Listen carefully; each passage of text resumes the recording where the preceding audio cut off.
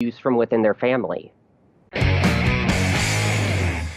All right, I'm glad to have our next guest on the program. You can follow on Twitter at Julie Rei. Now, Julie Rei Goldstein is actually a known actress, verified blue check mark on the Twitter, as long as they're still giving those out and allowing people to keep those right now, and has made it a point to obviously criticize, go after this program quite a bit on Twitter, and we've been sort of missing each other. But you're on the show now. Julie Rei Goldstein, thanks for being here. Oh, thanks for having me, Stephen. I actually really appreciate that you're willing to have a conversation. Really? You sound surprised. No, I'm not surprised. I think in this current political environment, I think people are too polarized in one way or another, and I like actually reaching out and looking at other points of view. So I'm kind of used to people being a little more combative. Sure. So okay, well, so sometimes you can come across come in a little hot on Twitter, so maybe that's why they might seem combative. But listen, I appreciate it, and let me ask you this, I guess, before we kind of continue with the conversation. What is it that you think would be fruitful? What are you hoping to glean kind of from us sitting down here? Oh, absolutely. I think the thing that interests me the most is making sure that your audience is aware of the actual science behind some of the things that you've said in the past. Sure. I think we both come to it from a scientific perspective. We both want the best for people. I don't think either of us has malicious intent in any regard, but I think there's been a bit of misassociation or misinterpreting or misquoting, misciting the science. Okay. So I just wanted to clarify that. Okay. Well, first off, by the way, I did mention verified actress and blue checkmark, but I should say transgender individual and activist, sure, in case people didn't know, today's topic will be transgenderism. And obviously we've gotten into the science quite a bit with our audience. It's not something that we hide from them. We certainly don't try to keep people in the dark. But yeah, let's start with that then. Where do you think, I know you've criticized me in a few different areas in this program, and really more so people who line up with my worldview as a whole on the current transgender issue. Where do you think it is that we've gotten this wrong? Well, I think the first part that I've criticized you a lot is you did a segment on, what was it, like Timmy the Bear, where you said something about how trans people post-surgery can't experience sexual pleasure, can't orgasm, and you said it at one point with Ben Shapiro as well. And that's actually completely incorrect. I can tell you as someone who has had surgery and still experiences sexual pleasure and orgasms that that's not the typical response. There's actually studies that show that over 80% remain orgasmic post-surgery. Well, and okay, so that's one that you want. Well, first off, I do want to make sure that we're clear on a couple of things. Something that's talked about with Timmy the Bear isn't necessarily meant to be a reputable study, but we have discussed, for example, I think on the what struck me, I don't remember the Timmy the Bear, but I remember in the I'm Just a Bill parody, it was, many transgenders never experience sexual pleasure again. Now, if I've ever said definitively that no transgenders ever, after sexual reassignment therapy, can ever have orgasms, yeah, that would be incorrect. But no, I appreciate that. There are studies, though, quite a few, that show that, for example, 100% of men experience orgasm, cisgender men, to use sort of the nomenclature that's out there nowadays. Those who transition, transgenders, it's as low as 65%. So it still is a 35% decrease. And the point that I was making with that is, listen, if you knew there was a 35% chance at that point, if there was 35%, 35 out of 100 chance that you won't ever be able to experience an orgasm again, would that lend to the suicidality, to the morbidity, to the mortality rates that you see in the transgender community? I know for me, if I knew that I was never going to achieve sexual climax again, I'd put a 9mm in my mouth. So that was the point that we were making. No, and the same here too. I'm very vocal about how I'm a huge horror nerd, but the thing that I can't do in horror, and I think this is where this came out, is the sequence in The Handmaid's Tale that got me the most is the female genital mutilation scene, and I cannot watch that in horror, even though I love horror, love Eli Roth, grew up with horror, but it's this idea that trans people have gone through so much to reclaim their sexuality and their sexual pleasure that the idea of somebody taking that away, no, believe me, it would make me want to put a 9mm in my mouth too if I knew that. So. Yes. But I question where you're bringing up that 65%. I'd actually like to see the citations on that because I'd actually like to look at that, and kind of what I tell people is, here's some studies, look at the science, actually read it, make up the decision for yourself. Well, the science. You can't really make up the decision, but, go from there. But well, it's not typical. people can cherry pick studies, and that's why meta-analyses are very important. And of course, the parameters of scientific studies, that's why double-blind, placebo-controlled clinical trials are considered the gold standard, as opposed to just a general study that says, hey, our supplemental formula works, go take it, and who's funding the studies. But yeah, no, science is science, but of course there's a way to manipulate how it's presented through an agenda. Yeah, here's what we will do, because obviously it wouldn't be fair for me to bring up studies and do them as an overlay as you're doing this, and you don't have the ability, but we will when we upload this video. Everything that I'm referencing will be available. Put them in links. They're available on PubMed. So yeah, it's about 65% I'll go ahead and do that transgenders. too. Okay. I'd actually like to see that, because the one that I looked at here, actually, it pretty much, it does say a large number of transsexuals, 80% reported improvement of their sexuality. Now, here's the thing. Majority of participants reported a change in orgasmic feeling, so it differs. And because of brain differences, actually, the orgasm, this is just my feeling and kind of on my experience, the orgasm that you have after surgery feels more right and is more, let's say, it's more pleasurable and more, it affects you differently. Yeah. Like, I remember having an orgasm like pre-surgery, and that. As you can imagine, I'm slightly uncomfortable with this territory now. But we can continue. Obviously, listen, this is well, no, this is anecdotal. You're talking about how you feel during orgasms, which I appreciate, and I hope it's fantastic. I wish you nothing but the best. But I don't necessarily know that helps the people watching right now. So yeah, we'll get this information up there for people who want to watch it. And I know there are several other areas where you've criticized me and the program. Is there anywhere else where you think we get the science glaringly wrong? Absolutely. You've also said that suicidality is the same pre and post surgery. That's actually been found to be false in multiple different studies that actually use the same methodology pre and post. I'm quoting, there's one study here from Belgium that actually. Belgium, yeah. I think you quote one study from Belgium and one study from Canada quite a bit, if I'm not mistaken. But yeah, let's go ahead. Yeah. There's one from Belgium from 2006 that actually shows that it drops from 29.3% to 5.1%. The study from Canada actually shows 27.1 to 1%. But the study that actually you bring up a lot is Dr. Dehegeny's study, the one from Sweden, which actually doesn't quite say what you think it does. And this, let me actually use Dr. Dehegeny's words herself. She actually says that the study as a whole that she did covers a period between 1973 and 2003. What she found is that when she divided the cohorts into two groups, 1973 to 1980. Oh, hold on, your mic just muted on us. 1 second. I don't want people to think that we're doing evil internet overlord censorship of you. We can't hear you. We lost sound. Oh, now you're back. You're back. Sorry, go ahead. Okay. Take it from the top. No. and let everyone know, nothing up my sleeves. It was just an internet issue. Okay, go ahead. No, yeah.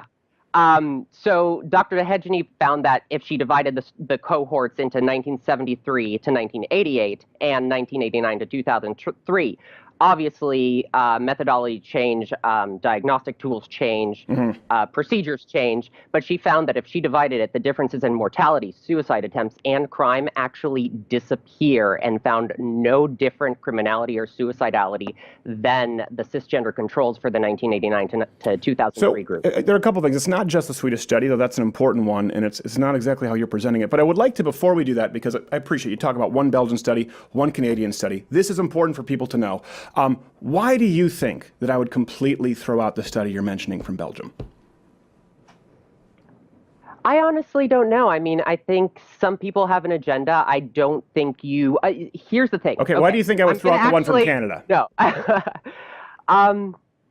I honestly don't know. Go ahead, tell me. Yeah. Well, the study from Belgium, and this is one thing that I think is very important because the transgender community likes to say you're denying the science quite a bit, and what they do is take exceptions to the rule rather than the rule. So there's one Belgian study, which was done a while ago. We've done far more studies with greater sample sizes and better, more objective parameters since then.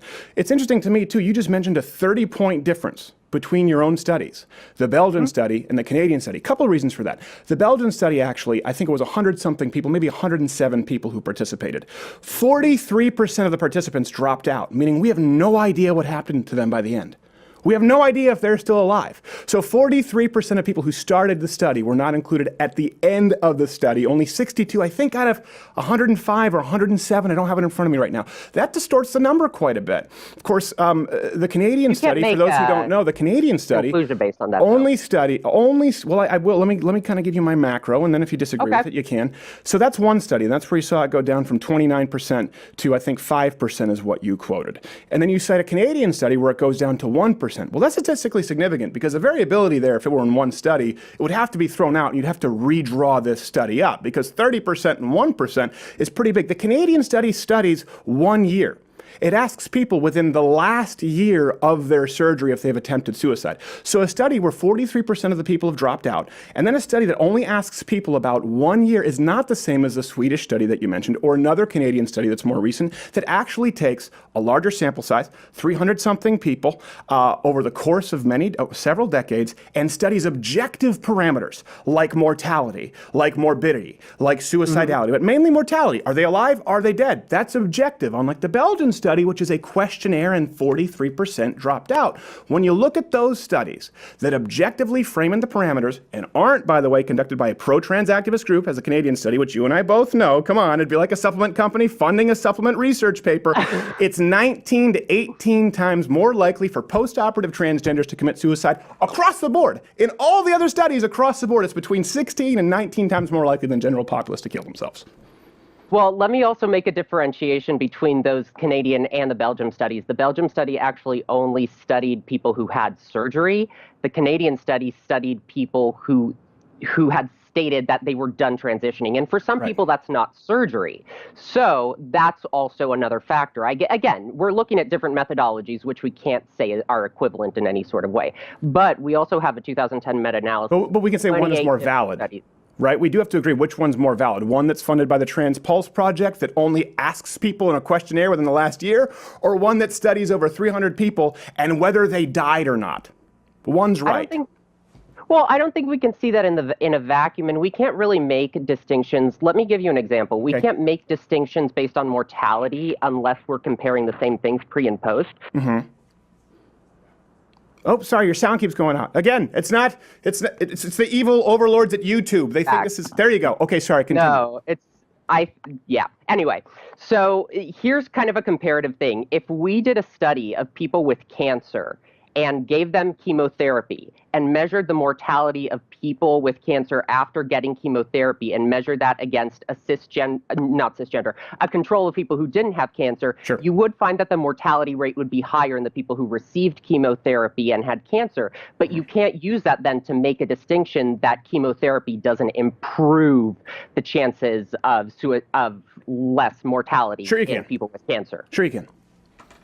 Yeah, not if you're comparing it to people who don't have cancer. Well, first off, let me just establish kind of the premises here which we're discussing. I think we both agree the suicide rate is high among the transgender community, the attempted suicide rate.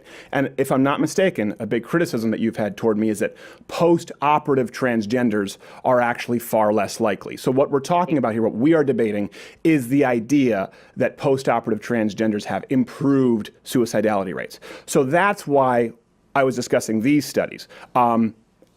I don't think there needs to be any correction because, again, let's say you took that study, use your own example, cancer. If you compared these patients who didn't undergo chemo against the general population, said these people are 19 times more likely to die if they do not receive chemotherapy. And then you gave them chemotherapy and afterwards you said these people are 19 times more likely to die than the general population, even if they've had chemotherapy, it would be a valid comparison. So I'm addressing your point that you've criticized this show, that you say it improves the suicide rates. It doesn't.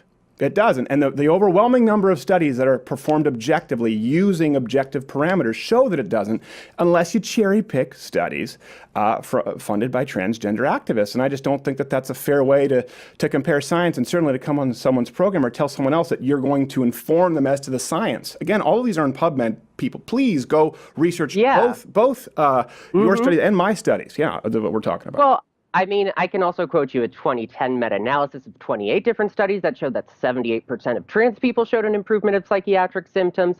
Another study of 50 trans women who received genital surgery that found that their physical and mental health was not significantly different from samples of cis women. I mean, we have the idea that... That's a question. I need to be Okay. really clear here. It's like this is a big thing I have with sort of socialists on healthcare. This is why Cubans think they have better healthcare than Americans. If you ask someone, do you think your healthcare is better than the United States, and they say yes, it doesn't mean it's better, right? Our mortality rates are better. Our wait times are lower. Your greatest chance of survival with a terminal illness is living in the United States, but people in Cuba, people in Canada think they have better healthcare.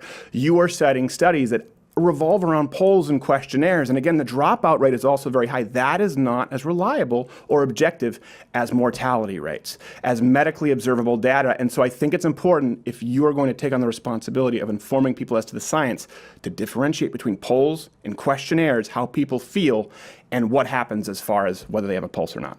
Well, on that sense, I would ask you to find a study that objectively actually states that suicidality actually remains the same pre and post, comparing pre to post, or goes up post. I don't think you can find any study that does that. If you can, please tell me, because I'd love to know. There are a couple studies that I've asked several other conservatives who write on transgender issues to at least, if you know of any, please provide them. I'd be willing to read them. But there's no study that shows suicidality goes up when comparing pre to post. It's never been concluded. I never said goes up. Well, or stays the same. It doesn't get much better, is the point. There can be some studies that show slight improvement, but generally speaking, it's still much higher than the general population. It's not even close. I think there you're making a qualitative distinction there, because it does get better regardless. I mean, there's some that show less than others. I mean, you're playing with numbers there. No, not really. I think if you say they have a 41% attempted suicide rate, if you have a study like the Swedish study that you mentioned, where it goes up about, it's still 19 times higher than the general population, regardless of the information that you discussed. After a 25-year follow-up, there's also a more recent comprehensive Canadian study that came from Toronto, I believe, where it was about 18 times more likely to commit suicide than the general population. These are post-operative transgenders. So again, this matters because it's consistent where, okay, here you've got 19 times, here you've got 18 times. When you look at the mortality rates, the studies are pretty conclusive. Now, it doesn't mean that all of them are going to show the exact same number, but 18, 19 times, that's more consistent than the studies you mentioned, one of which is funded by a transgender activist group that had a 30% down to 5%, and then you said a new Canadian study says it's down to 1%. I mean, most people would look at that and it doesn't pass the sniff test.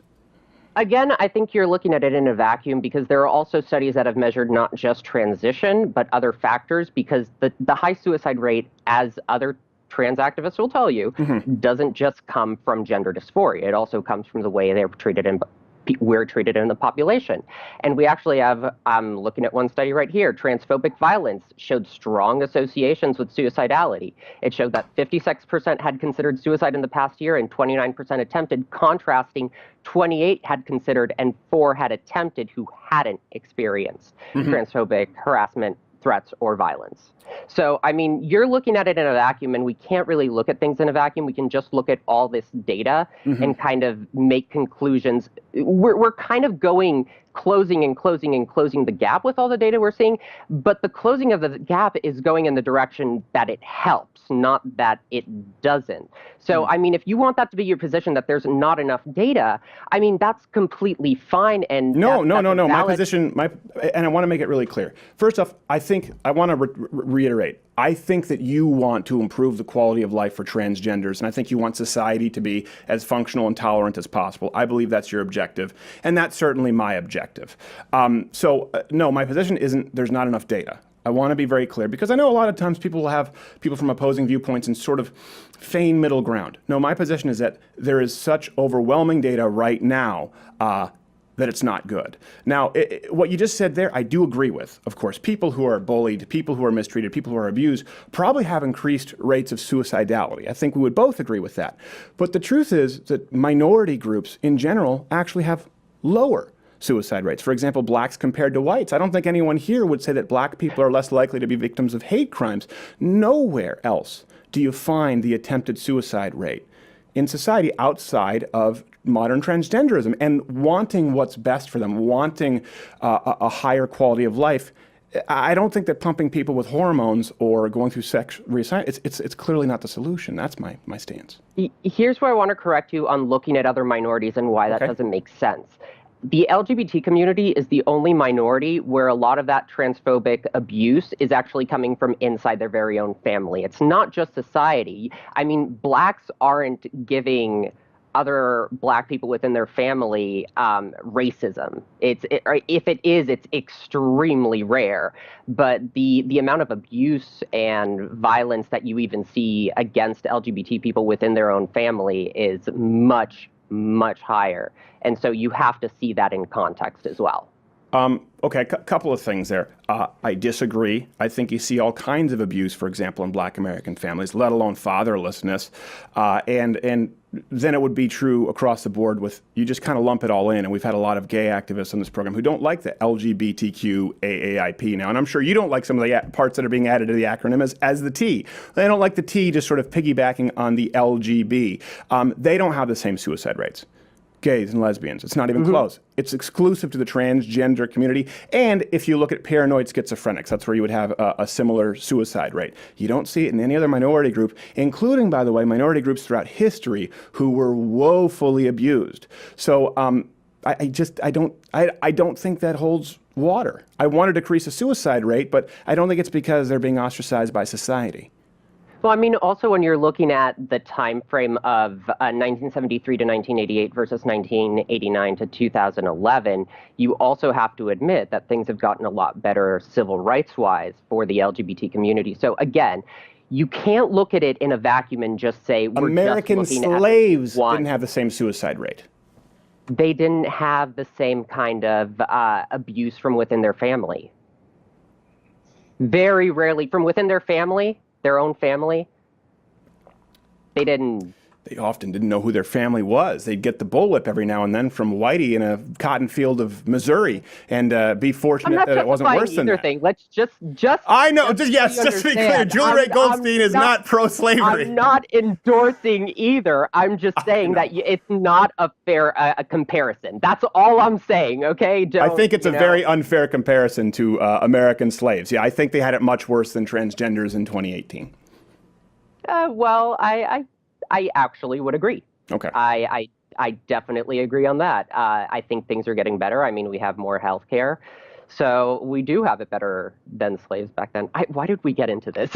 Well, I was just saying because you were talking about suicide rates, and again, I'm using an extreme example to make a point, and the point is still made. Nowhere else do you see this kind of a suicide rate, and I think that matters when you say things like, and I know actually this would be a perfect transition to the next topic where I think you've criticized my position. When you say let's give kids puberty blockers or hormone replacement therapy, when you say the solution is gender reassignment surgery, and you're looking at a suicide rate that doesn't really get better, even in the face of these wildly invasive procedures and interventions. At some point, we have to say, okay, maybe this isn't the solution. And because I want a higher quality of life for transgender people across the board, that's why I line up the way I do. That's why I think that gender dysphoria should be treated a different way outside of hormones, injections, or plastic surgery.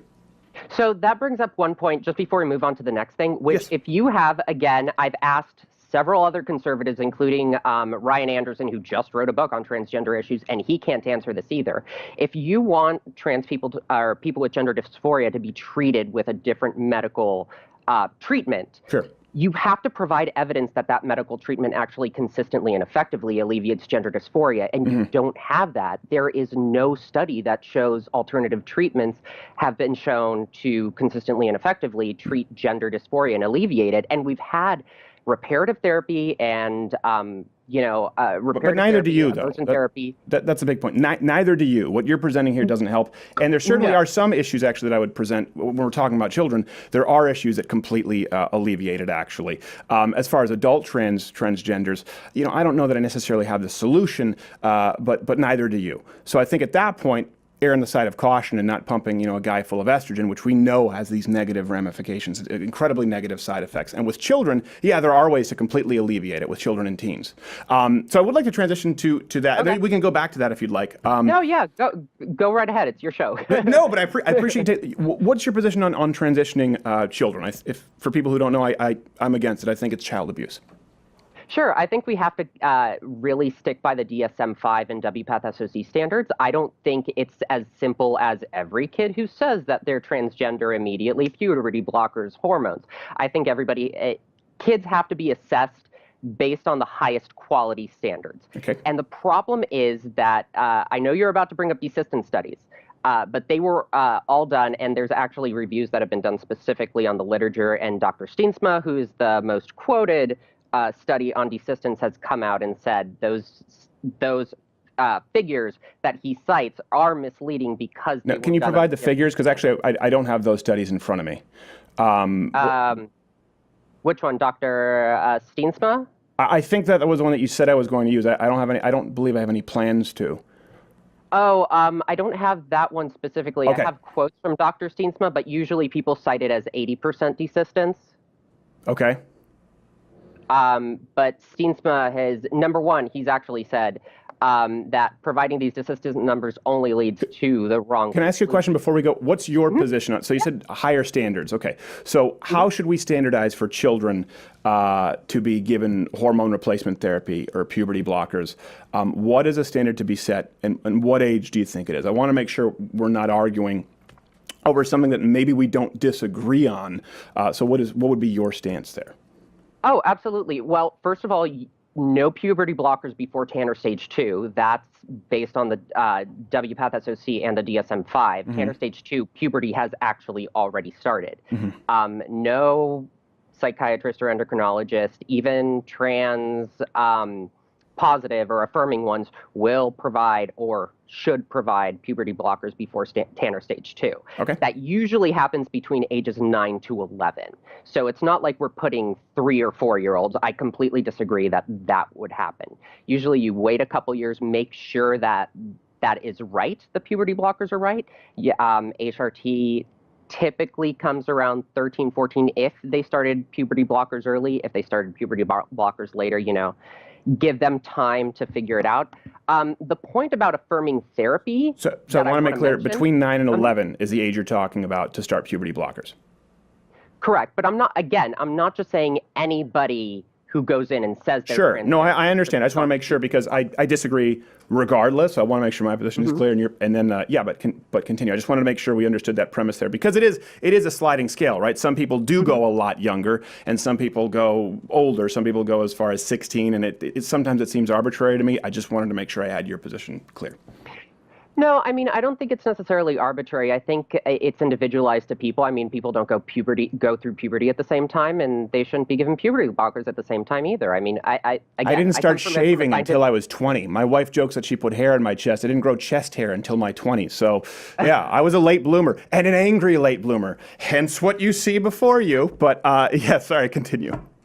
Oh, so the point is, I do support affirming therapy, but the thing about affirming therapy is that a lot of people have, at least on your side, I'll say conservative side. I don't want to assume your side. I am conservative. That's fine. I appreciate it, though. Okay. That affirming therapy is taking kids down a path of transition, and that's not the point of affirming therapy. Actually, the entire point of the affirming approach is to give kids and youth the space to explore their identity and expression. And sometimes that leads to transition, sometimes it doesn't. I mean, we have cases of kids who went on puberty blockers, found that it wasn't the right thing, came off, went through puberty as normal, perfectly fine, realized it wasn't for them.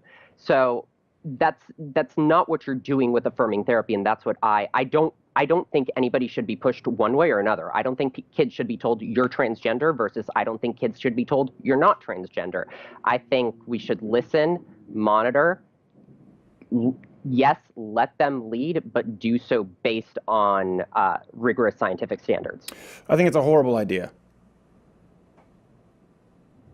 I think letting children lead is a bad idea all around. I don't think we don't let children lead in deciding what they have for lunch. If it were me and I were in charge of any of my own decision-making abilities, my breakfast would be nothing but toaster strudels and boogers I'd wiped on the couch the night previously. So the study that I was talking about beforehand, I think, or that I was thinking about. You mentioned someone else, Cheetma or something. No, I think of the Drescher. I think Drescher and Paula. It's somewhere around 2013, 2014. 75 to 90% of children with gender dysphoria just completely grow out of it. completely grow out of it. So 75 to 90%. So I'm actually using something that's a little lower. I think you mentioned something around 85%. So I think that's why the standards are so important, especially when we're talking about putting children on puberty blockers. And especially like you talked about, endocrinologists, the connection between neurology and hormones is unbelievably powerful. And we're talking at a rapid stage where the brain is developing, and it directly correlates to hormonal transitioning. So 75% to 90% of children with gender dysphoria, or 9 to 11-year-olds, will grow out of it completely.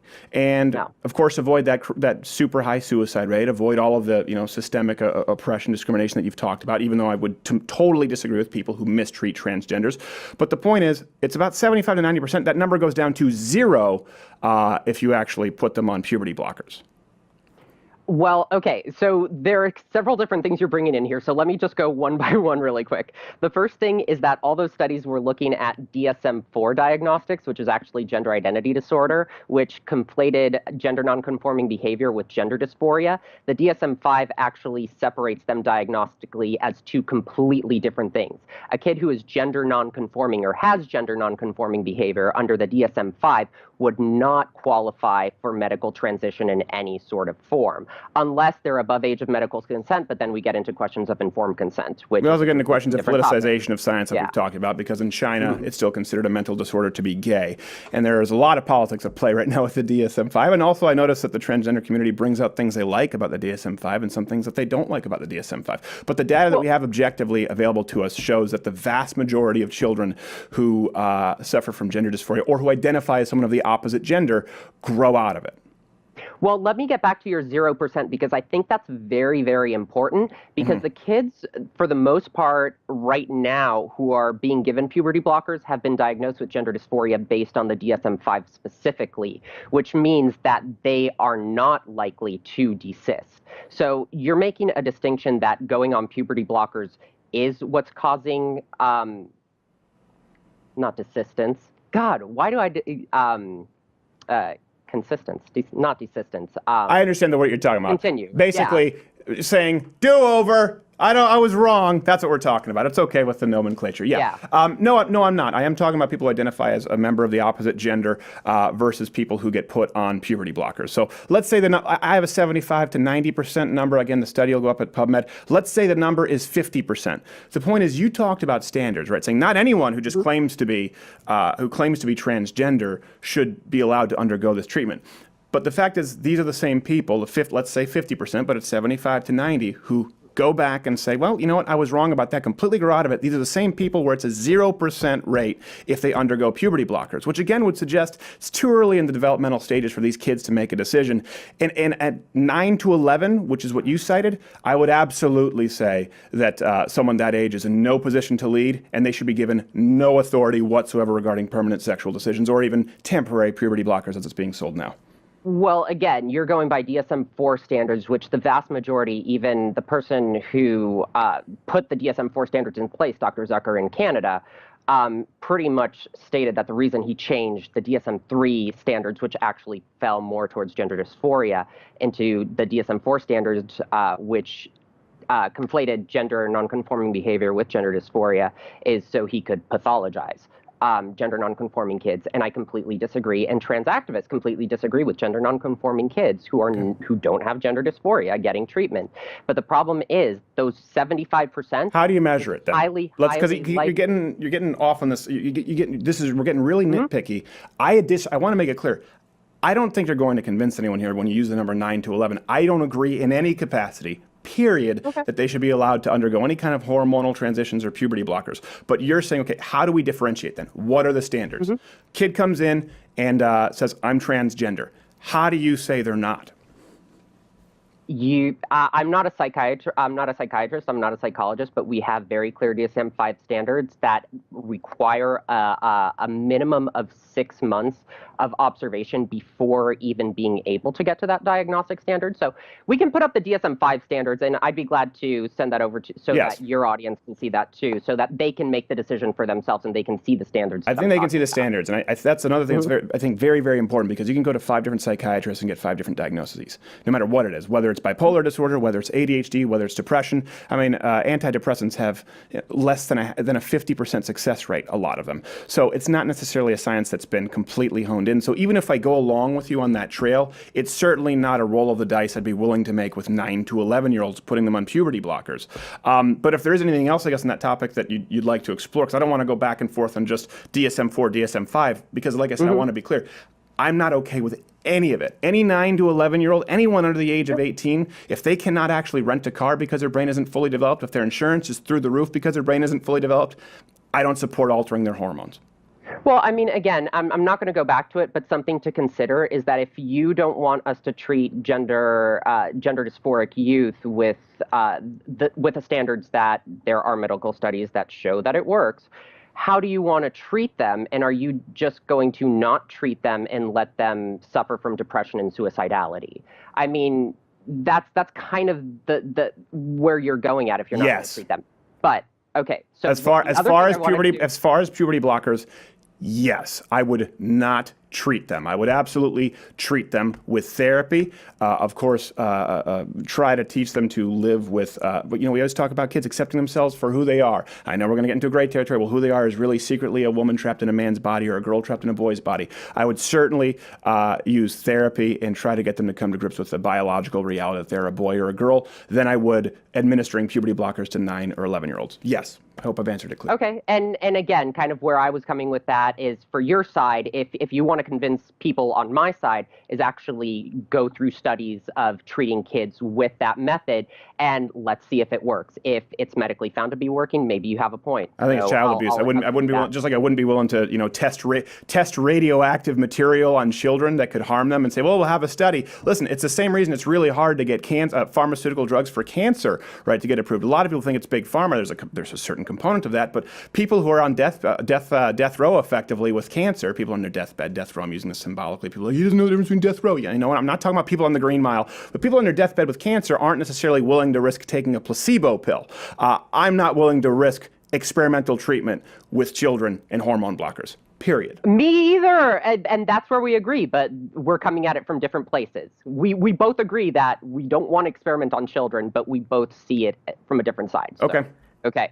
Now, the one thing I wanted to get back to you on brains is we actually do have plenty of studies that have studied pre-treatment trans people, comparing them to cisgender people, and found that those brain differences occur before treatment. It's not something that just occurs with the HRT or with surgery. It's something that is ingrained, and there are studies that are showing it. There was a study released earlier this year that, again, I'll cite in the video, that showed it in kids under 10, that those differences in the brain, where they looked at trans girls and found that the brains were more similar to those of cisgender girls and trans boys, cis boys, equally. So it's not just something that happens with treatment. It's something that is innate in a certain sense. Okay.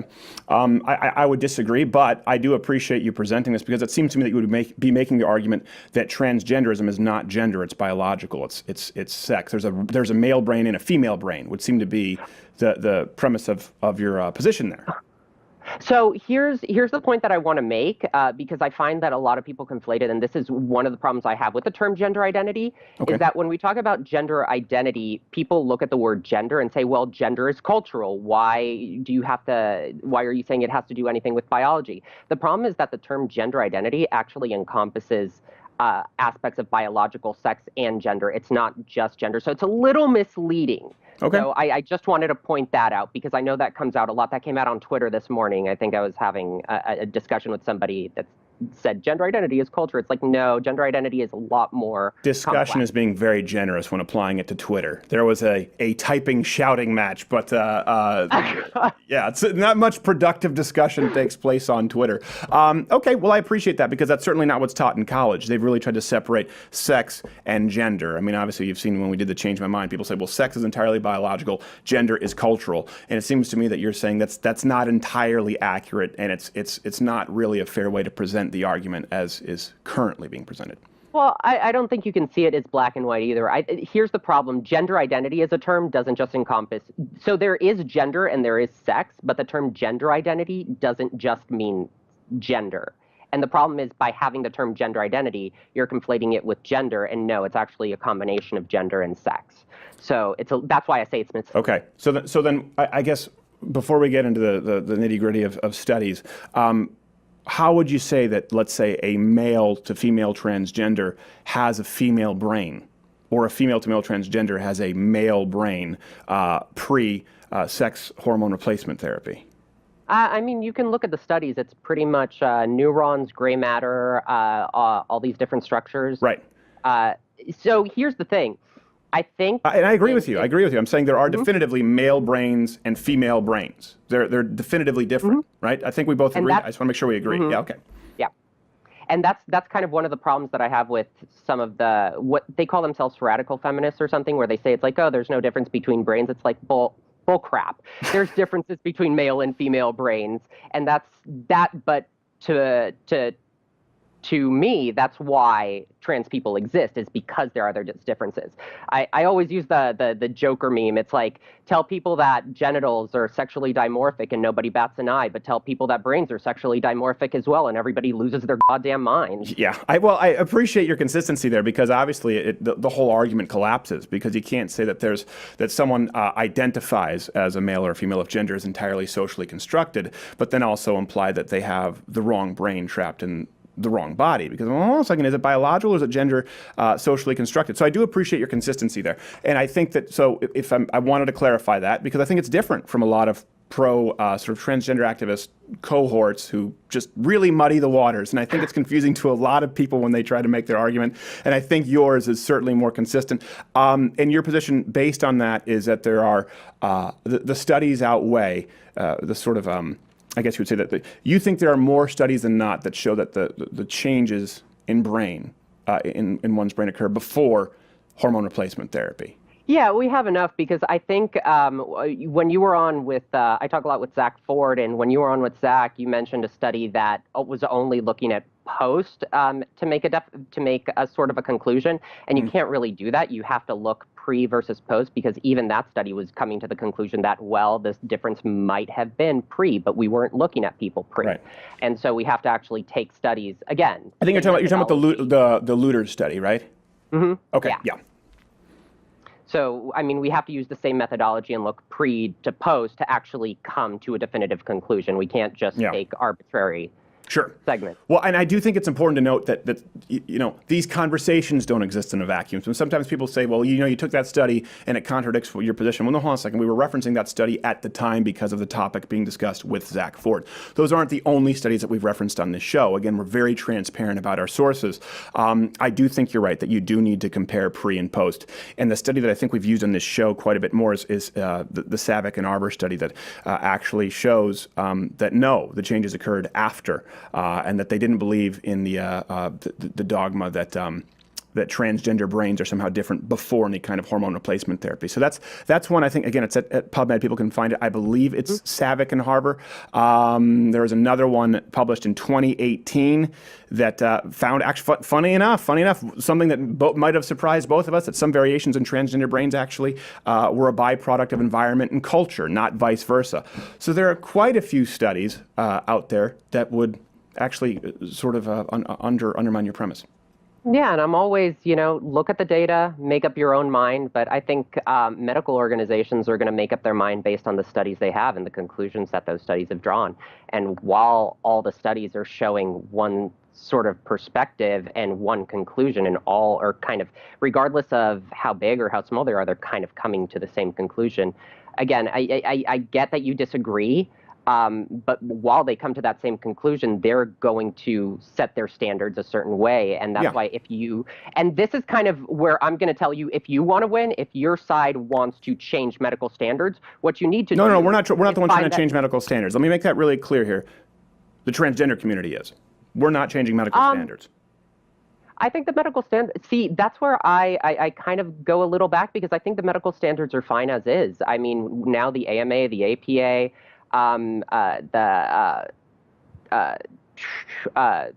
gosh, what am I thinking of? Pretty much every major medical organization on the planet has pretty much said that all the studies show that transition actually does help. alleviate gender dysphoria. Oof. I think you were doing better until you got there. You said pretty much all the major medical organizations in the world say that all the studies. Completely incorrect. I'm sorry, but if hedge your bets there a little bit, say there are a lot of medical groups that take some studies and they have concluded that, but all major medical organizations say that all the studies, no. I mean, in this one alone, I've listed you 5 or 6 or 7 or 8, all of which have much larger sample sizes, much lower dropout rates, and rely on objective data as opposed to questionnaires. So to say all medical organizations, aside from Johns Hopkins, that's a hate group, out there agree on all the studies, it's just not accurate. That's not accurate to say. Well, I'd actually like to see one major medical organization that says that transitioning doesn't help. And if you're going to say the, what's the pediatricians, the College of AC Peds, they are not going by the science. I mean, well, see, this is what you're doing with your research as well. I would say you cherry pick where you go, well, they're not going by the science the science that I've established here, the science that I agree with. They're not going. Johns Hopkins is not going with our science. Therefore, all of the studies agree with me. No, I just presented more than you have presented with bigger sampling sizes and more objective data. Again, mortality rates are more objective than questionnaires. And that's what's important. And when you look at the objective studies and parameters, first off, I would even give you this. There are some that there are conflicting studies. I would even give you that. But you seem so secure in the data that you presented, which largely is based on polling and questionnaires and eliminated any scientific data that disagrees with your position.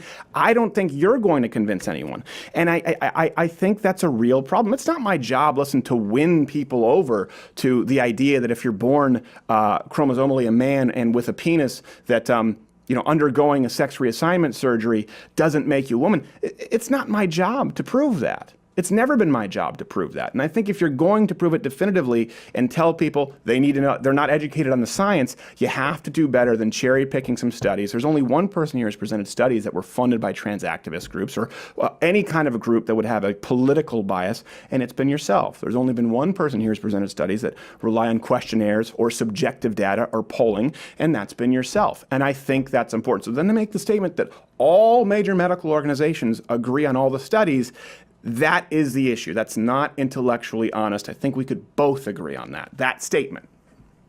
Oh, okay. I'll admit that saying all is probably a little facetious. Okay. I'll say the majority. Okay. All right. Now, here's the thing with Johns Hopkins. I want to just point out really quick the study that Paul McHugh did that in the 70s that determined that transitioning doesn't help. He was actually using his own biases. So let me just give you an example, and I'll tell you, like, for myself, I am a transgender woman who went through surgery and everything, but I still have relationships with women. I am a lesbian. I like women. According to Paul McHugh, I would have a negative, lesser quality of life standard based on the study that he used to end transition treatment at Johns Hopkins. So I definitely want to say, people look at the study that Paul McHugh is used in the 70s to stop the transition treatment. It's a little more complex than he found that it didn't help. He was using his own biases to determine that it didn't help. Yes, and by the way, I want to be clear. I was referring to them because a lot of people I know have referred to them as a hate group. I didn't reference any of their studies here today, but I would agree that there's some bias there from him. Much like the Trans Pulse Project, which was the first study that you cited here, with a Canadian study that only studied people 1 year after transitioning and whether they felt like they wanted to commit suicide or not. All right, listen, Julie Rei Goldstein, I really do appreciate you taking the time. Where is the best place for people to find you? And everyone out there, be polite, comment below, show your support for us having a discussion, because you know what I love about this? You and I agreed on virtually nothing. It doesn't have to be common ground or assholery. You can completely disagree and be civil. And so I hope that you feel the same way. I really appreciated this conversation.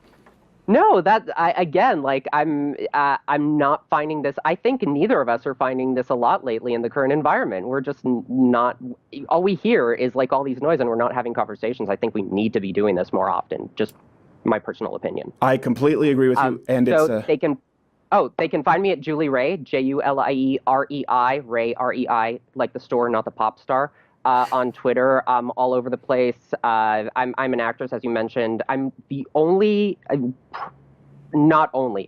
probably only, or one or two, trans actresses in Hollywood currently working who has never been on a reality show or worked as a transgender character on a show, even Okay. though I've been on like Comedy Central, and worked with Ilana Glazer, Zach Galifianakis, a bunch of really good people. You can look at my IMDb for all of that stuff, but look at my Twitter. I make announcements there. I also stream on Twitch if you like video games, which I'm sure most of your audience does. I don't. See, that would be an example where I have more of a female brain. But let me ask you this.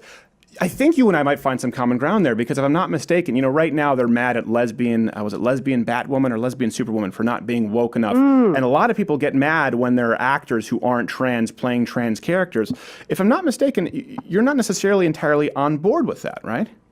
Well, here's the thing. I've actually been outspoken for years about what is called virtue signaling, and I actually wrote a piece for Time criticizing Mount Holyoke when they took out the vagina monologues for saying that it wasn't trans inclusive. I actually wrote a piece for Time because I'm like, I've done the vagina monologues for over a decade. It's one of the most trans inclusive pieces there is.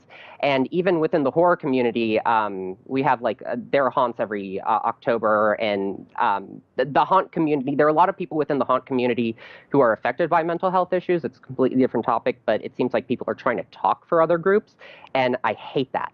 Yeah. Just let people talk for themselves. No virtue signaling. That's my personal Well, opinion. I appreciate that. Do you get aggravated if you see a non-transgender, for example, like Jeffrey Tambor in Transparent? There's a tongue twister to say. Let's disregard, that he was groping the craft services lady at the table behind the camera. But where do you line up on that? Because again, I appreciate your consistency there. Mm-hmm. So where I come about it is that I don't think that trans characters should be played by cis actors. I think trans characters should be played by trans actors, and cis actors should only play cis characters. But the problem that I come with, and from what I see here, is that the vast majority of the roles and characters that we see in media don't have a specific gender identity. They could very well be trans, or they could very well be cis. And when you have a position like that, and what I advocate for is for casting directors to bring in more trans actors for all those other types of roles. For example, I've played an android, I played a cave woman, I played Lauren Cohan's sister on Tim and Eric. Okay. And, you could say that they were trans, or you could say that they were cis, because gender identity didn't matter for any of the roles that I was doing. And I'm very for more trans actors getting into those kind of roles and being brought in for those kind of roles. But when it is a specific trans character or a cis character, I think that should be specific, regardless of which way you're going. Well, and I appreciate that because it's consistent. Because obviously Hollywood has had it both ways, where they've had cis characters played by transgender actors sometimes, and then when you go the other way, they're going, well, hold on, it has to be a transgender actor. I would, you know what? I would go with you on that. If those were the rules, okay. I just think everyone's a little bit murky on the rule book, and now they're trying to retroactively rewrite the rules on who can play gay characters. In that case, Ang Lee would have never won an Oscar. All right, at Julie Rei, Julie Rei, REI. Julie Rei Goldstein, thank you for taking the time today. We really do appreciate it, and I hope you stay happy, safe, healthy. Thanks, Stephen. You too. Take it easy. Hey, if you like this video, subscribe or click the notification bell right next to the subscription button, because subscribing doesn't mean anything anymore now, according to the YouTube gods. And if you like the late night show, you can watch it every single day, a full hour, at louderwithcreditor.com/mugclub. Subscribe there.